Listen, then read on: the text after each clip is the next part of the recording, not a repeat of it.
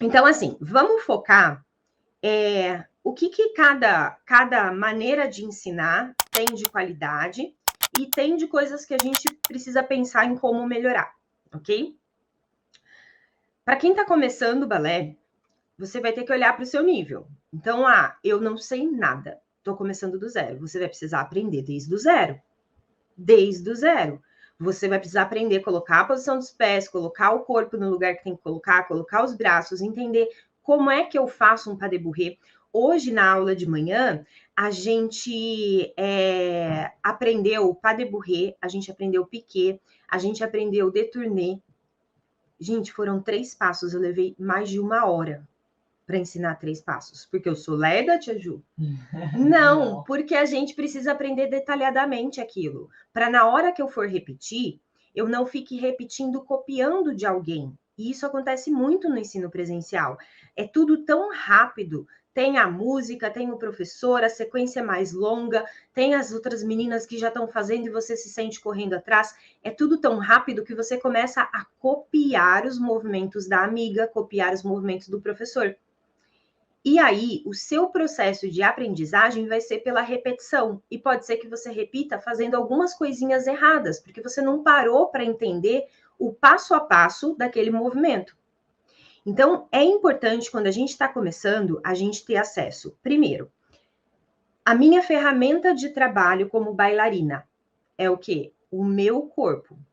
Se eu não sei encaixar um quadril, se eu não sei fechar as costelas, que são comandos que a gente usa no balé, vai ficar difícil eu conseguir executar alguma coisa com equilíbrio. Eu vou perder o equilíbrio. Então, eu preciso parar e entender, sim, entender como é que o meu corpo tem que se comportar ali no meio da aula de balé, durante a minha aula, para depois eu começar a entender os passos. Tudo bem? E aí, a gente entra nessa questão de método. Quando a gente está lá no ensino presencial, a gente vai aprendendo repetindo. Então, todo dia eu faço tandi.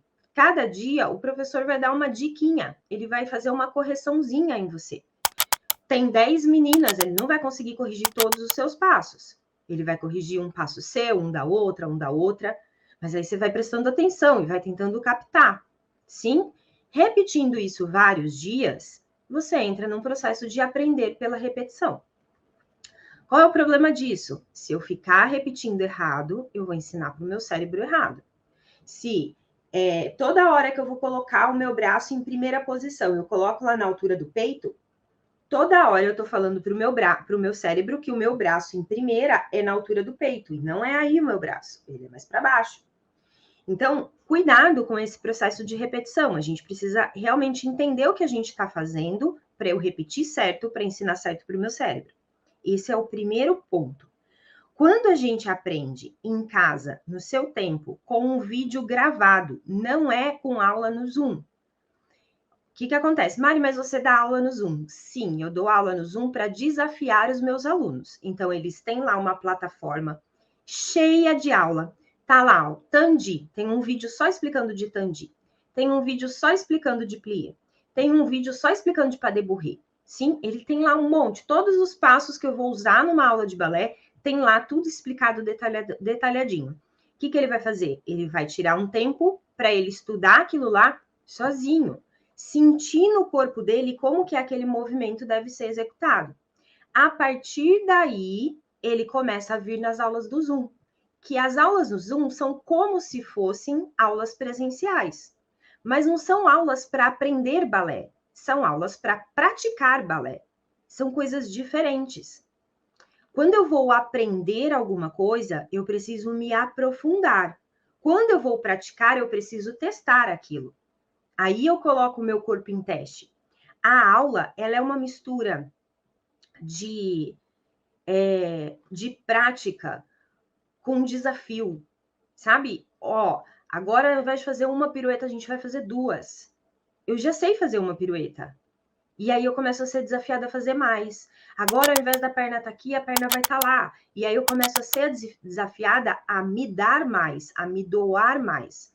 Então, é importante esses 2 mundos, da aula prática, de praticar, e da aula de estudo. Se eu não tiver aula de estudo, eu vou ficar copiando o movimento da minha amiga. Se eu copiar o movimento da minha amiga, eu corro o risco de fazer errado e ensinar errado para o meu corpo. E aí, eu empaco. Aí a gente fica aquela bailarina que dá umas empacadas. Ela não consegue mais evoluir dentro do balé. Ah, eu só consigo fazer uma pirueta, não sai mais que uma nunca. Eu malemar consigo fazer uma pirueta. E aí começa a empacar. E aí a gente começa a ficar como? Desmotivada, frustrada. Sim? Então, cuidado com isso.